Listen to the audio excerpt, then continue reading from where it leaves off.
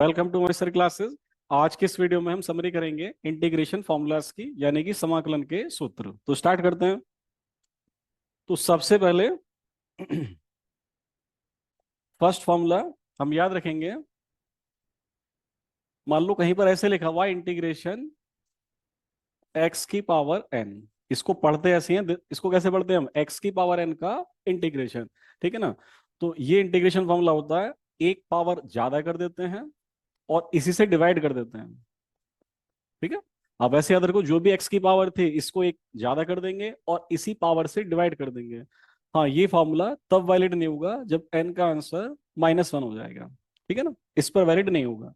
Reason बहुत simple है, ये जैसे आप एन का आंसर -1 रखेंगे तो नीचे 0 हो जाएगा, और किसी नंबर को 0 से डिफाइन करने पे, 0 से डिवाइड करने पे कुछ भी डिफाइन नहीं कर सकते। तो ये कंडीशन इस फॉर्मूले की, एन शुड नॉट बी -1। और देखो उसके अलग फॉर्मूला है। आप कहेंगे यदि एक्स की पावर -1 हुआ तो फिर क्या लिखेंगे? तो बेसिकली देखो, ये इंटीग्रेशन 1/x बन जाता है। ठीक है ना? और इसका फॉर्मूला होता है ln x। नंबर 2 फॉर्मूला ये है। नंबर 3, e की पावर x का इंटीग्रेशन e की पावर x से होता है। और इसके बाद नेक्स्ट नंबर इंटीग्रेशन, कहीं पे dx लिखा हुआ है कहीं भी, तो आंसर x लिखेंगे आप। बोला ऐसे याद रखो, 1 का इंटीग्रेशन फंक्शन होता है। ठीक है ना? इंटीग्रेशन और डीएक्स के बीच में कुछ नहीं लिखा हुआ है, मीन्स 1 लिखा हुआ है, तो 1 का इंटीग्रेशन वो फंक्शन ही होता है। मान लो ऐसे कहीं पे लिखा हुआ है इंटीग्रेशन डी वाई, तो क्या आंसर लिख देंगे? सिंपली हम वाई। ऐसे कहीं पे लिखा हुआ है इंटीग्रेशन डी जेड, तो जेड। इंटीग्रेशन डी टी लिखा हुआ है तो आंसर हो जाएगा टी। ठीक है।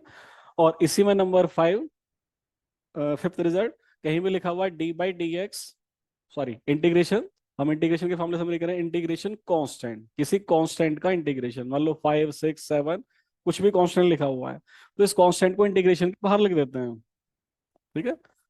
कांस्टेंट इंटीग्रेशन के बाहर आ जाएगा, और इसके बाद जो बचेगा वो हमारा फॉर्मूला नंबर 4 बचेगा। देखो, जैसे आपने कांस्टेंट को बाहर लिख दिया, तो अब ये इंटीग्रेशन डीएक्स बचा। ये आपको पहले से पता है, इंटीग्रेशन डीएक्स क्या होता है? सिंपली एक्स होता है। तो आंसर आ जाएगा कांस्टेंट और into x. Just for example, एक एग्जाम्पल देख लो। इंटीग्रेशन जैसे लिखा हुआ है, इंटीग्रेशन ये लिखा हुआ है 5 dx। तो पहले आपको बताया 5 को बाहर लिख दो, और बचेगा इंटीग्रेशन dx जिसका आंसर x मिलेगा, तो टोटल आंसर हो जाएगा 5x। ठीक है। ये कांस्टेंट का इंटीग्रेशन ऐसे सॉल्व करते हैं हम। इसके बाद नंबर 6 फॉर्मूला। नंबर 6 फॉर्मूला ऐसे याद रखेंगे आप 1/x भी हो गया, कांस्टेंट का भी हो गया। हाँ, अब चलते हैं ट्रिग्नोमेट्री फंक्शंस के फॉर्मूले, उसको मैं अगले पेज पे लिखता हूँ, साइन एक्स कॉस एक्स इस तरह से। तो नंबर 6 पर पहले साइन एक्स का इंटीग्रेशन। अच्छा, एक चीज और ध्यान रखना आप, इसमें जनरली जब फॉर्मूले लिखते हैं ना, तो इंटीग्रेशन जब भी करते हैं एक सी ऐड कर देते हैं सभी में। बार बार मैं लिखूंगा, ये कांस्टेंट ऑफ इंटीग्रेशन, यानी कि समाकलन नियतांक होता है, इसको बोलते हैं कांस्टेंट ऑफ इंटीग्रेशन। जब भी इंटीग्रेशन करते हैं विदाउट लिमिट, ये ध्यान रखना आप। जिस इंटीग्रेशन में लिमिट नहीं दिया होता है, देखो यहाँ पर कहीं भी लिमिट नहीं है ना, ऊपर नीचे कोई लिमिट नहीं है, तो जो इंटीग्रेशन विदाउट लिमिट होता है उसमें बस आपको मेथड याद रखना, सभी में प्लस सी भी लिख देंगे हम, में से प्लस सी, यहाँ भी plus C, constant of integration सभी में ऐड करना होता है जब भी आंसर लिखेंगे फाइनली आप, यहाँ भी और यहाँ भी। लेकिन यदि इंटीग्रेशन में लिमिट दिया होता है, जिसको बोलते हैं निश्चित समाकलन, ये अनिश्चित समाकलन था, लिमिट वाले को बोलेंगे निश्चित समाकलन, उसमें ये डेफिनेट इंटीग्रेशन, वहां पे कांस्टेंट ऐड नहीं करते हैं। तो जहां पे लिमिट देगा कांस्टेंट ऐड नहीं होगा, लिमिट नहीं है तो कांस्टेंट आएगा। ऐसे याद रखो, एक बार में एक ही चीज आएगी, यदि लिमिट है तो कांस्टेंट नहीं आएगा, और लिमिट नहीं है तो कांस्टेंट आएगा। चलो, अब हम कर रहे थे साइन एक्स कॉस एक्स के इंटीग्रेशन फॉर्मूले। तो साइन एक्स कॉस एक्स के एक दूसरे के रिवर्स याद रखेंगे आप। जैसे डिफरेंशियल में था, साइन एक्स का डिफरेंशियल कॉस एक्स का, कॉस एक्स का डिफरेंशियल साइन एक्स था, तो ऐसे यहाँ भी है, साइन एक्स का इंटीग्रेशन कॉस एक्स और कॉस एक्स का इंटीग्रेशन साइन एक्स होगा। बट एक चेंज है, डिफरेंशियल में क्या था? साइन का डिफरेंशियल प्लस का था, कॉस का डिफरेंशियल माइनस का था। यहाँ पर रिवर्स है, साइन का इंटीग्रेशन माइनस का होता है, बट कॉस का इंटीग्रेशन प्लस का होता है। साइन का कॉस होता है, कॉस का साइन होता है, लेकिन साइन का माइनस होता है, कॉस का प्लस होता है। और वो देखो, अब लिखो या मत लिखो, ये बहुत स्टैंडर्ड है, जब भी इंटीग्रेशन विदाउट लिमिट होगा एक कांस्टेंट ऑफ इंटीग्रेशन ऐड करेंगे, तो बार बार वैसे मत लिखो आप। ऐसे इंटीग्रेशन सेक स्क्वायर एक्स, ये होता है 10x। और एक्चुअली देखो इंटीग्रेशन डिफरेंशियल का उल्टा है ना, 10x का डिफरेंशियल क्या था, sec स्क्वायर एक्स, तो sec स्क्वायर एक्स का इंटीग्रेशन क्या हो जाएगा 10x। इसी टाइप से नेक्स्ट cosec स्क्वायर एक्स, ध्यान करो ये किसका डिफरेंशियल था, जिसका ही डिफरेंशियल था इसका इंटीग्रेशन हो जाएगा, तो ये माइनस के cot x आंसर आएगा, क्योंकि cot x का इंटीग्रेशन क्या था माइनस के cosec स्क्वायर एक्स, तो cosec स्क्वायर एक्स का इंटीग्रेशन क्या हो जाएगा माइनस के cot x। हाँ ये अंडरस्टूड है, प्लस का सी सभी में आएगा। इसके बाद इंटीग्रेशन sec x और 10x, ये आंसर sec x होता है, प्लस में कांस्टेंट ऑफ इंटीग्रेशन। और इसी सीरीज में ये एक रिजल्ट है integration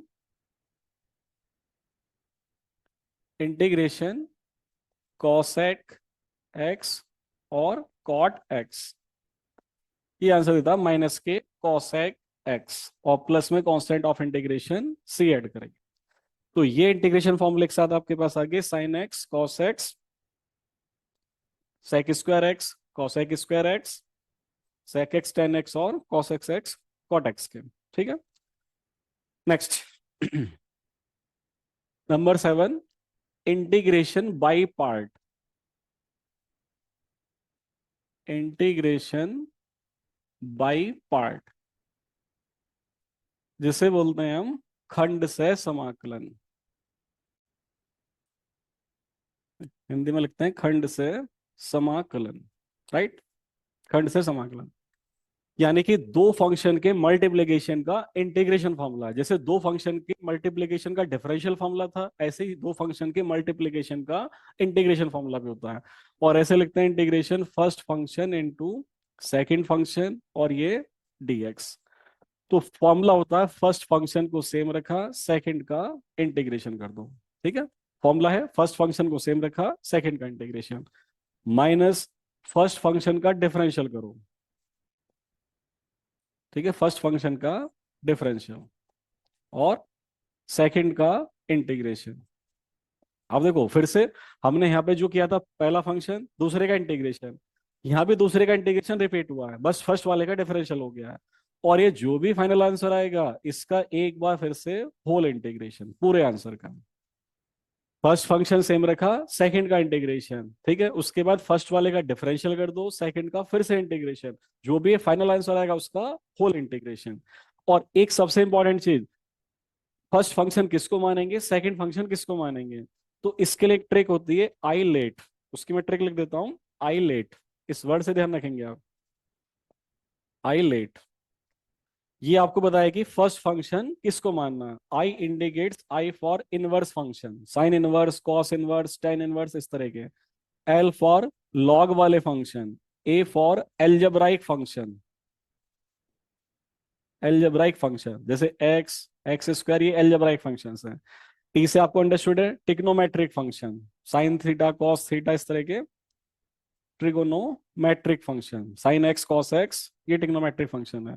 and E stands for exponential function, E की पावर वाले फंक्शन, एक्सपोनेंशियल फंक्शन यानी कि ई की पावर वाले फंक्शन।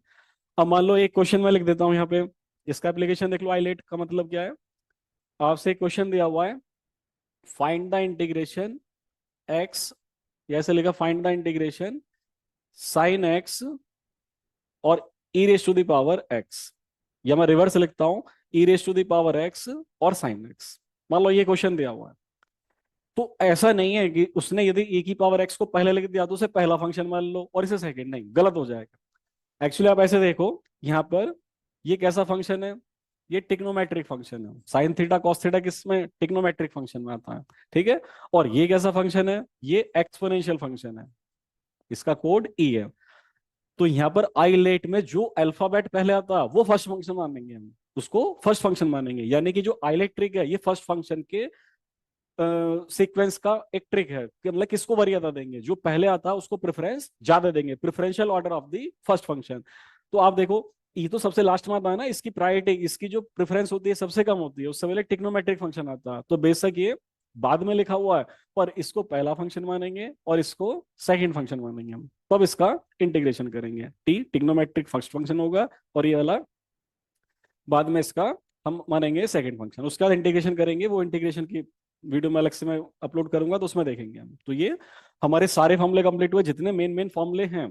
अच्छा देखो, अब सारे फॉर्मूले लिखने की रिक्वायरमेंट भी नहीं है, जब आपको पता है कि डिफरेंशियल इंटीग्रेशन रिवर्स ऑपरेटर होते हैं, तो यदि आपको किसी का डिफरेंशियल फॉर्मूला याद है उसका रिवर्स कर दो, वो उसका इंटीग्रेशन फॉर्मूला बन जाता है। तो thank you very much video देखने के लिए।